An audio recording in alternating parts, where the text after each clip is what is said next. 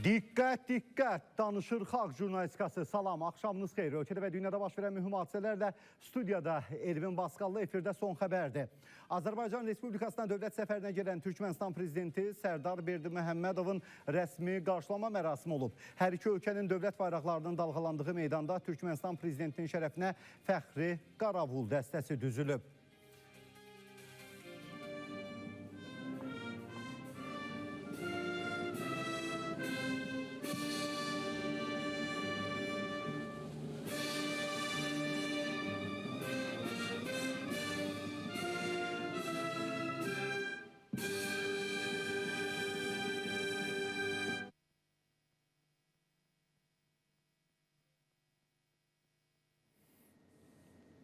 Azərbaycan Respublikasının prezidenti İlham Əliyev, Türkmənistan prezidenti Sərdar Berdiməhəmmədov ilə təkbətək görüşü olub.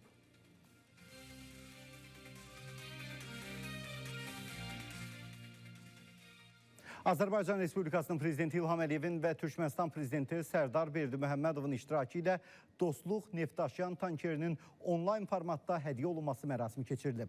Azərbaycan tərəfindən Türkmənistana hədiyyə edilən Dostluq Neftdaşıyan tankeri Bakı Gəmiqayırma Zavodunda inşa olunub. Tankerin ümumi uzunluğu 141 metr, eni 16,9 metr, suya oturumu isə 4,54 metrdir.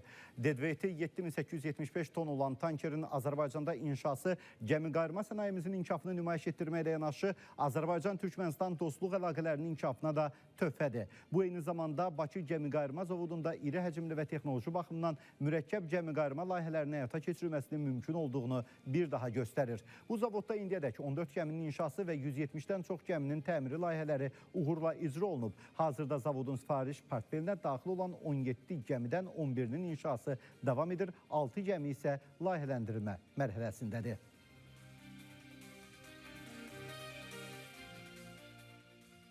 Azərbaycan Respublikası ilə Türkmənistan arasında imzalanmış sənədlərin Azərbaycan prezidenti İlham Əliyevin və Türkmənistan prezidenti Sərdar Berdiməhəmmədovun iştirakı ilə mübadiləsi mərasimi olub.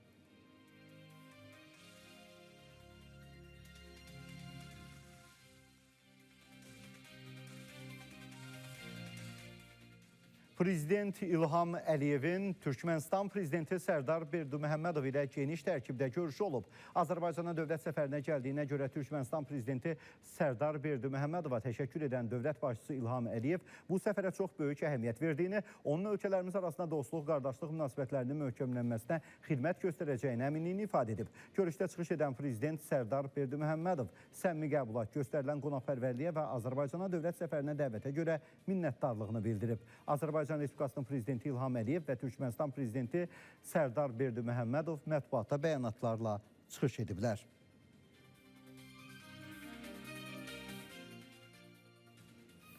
Əvvəlcə dövlətimizin başçısı bəyanatla çıxış edib. Sonra bəyanatla çıxış edən Türkmənistan prezidenti Sərdar Berdiməhəmmədov